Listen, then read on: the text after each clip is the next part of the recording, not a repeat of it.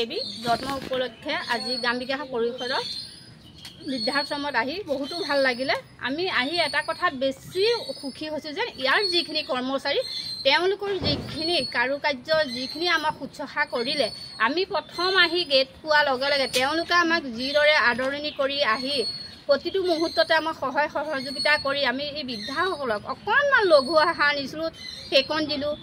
দিয়াৰ ক্ষেত্ৰত তেওঁলোকে যিখিনি আমাৰ লগত সহায় সহযোগিতা কৰি যিকণ আমাক মৰম দিলে বা ছোৱালীজনীক আশীৰ্বাদকণ দিলে তাৰ কাৰণে আমি নথৈ সুখী হৈছোঁ। আৰু এটা কথা চাইছোঁ, ইমান ডাঙৰ বুলিয়ে ক'ব পৰা যায়, বহুত ডাঙৰ এই গাম্বিকা পৰিষদৰ, কিন্তু চৌদিশে ইমান চাফ চিকুণ পৰিৱেশ, তাত আমি বহুত সুখী হৈছোঁ।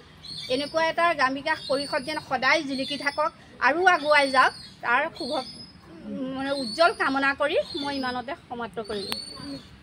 নমস্কাৰ, মোৰ নাম কাকুমণি দেৱী। মই কামপুৰ দৰগাঁৱৰ পৰা আহিছিলোঁ। আজি মোৰ জন্মদিন আছিলে, তো তাৰ উপলক্ষে মানে ইয়াতে আহিছিলোঁ। আহি লৈ পেলাই আজি বহুতেই ভাল লাগিলে। বহুত দিনৰ আশা এটা আজি পূৰ হ'ল ইয়াতে আহি লৈ পেলাই। ইয়াতে ইয়াৰ পৰিৱেশটো বহুত ভাল লাগিলে। আৰু যিখিনি কৰ্মচাৰী আছে তেওঁলোকে ইমান মানে আমাক সহায় কৰিছে, আহাৰ পৰা ধৰি আপোনাৰ গোটেইখিনি দেখাই কৰি যেনেকৈ আমাক কৰি দিছে গোটেইখিনি বহুত ভাল লাগিছে। পৰিৱেশটো বহুত সুন্দৰ, মানে চাফ চিকুণ।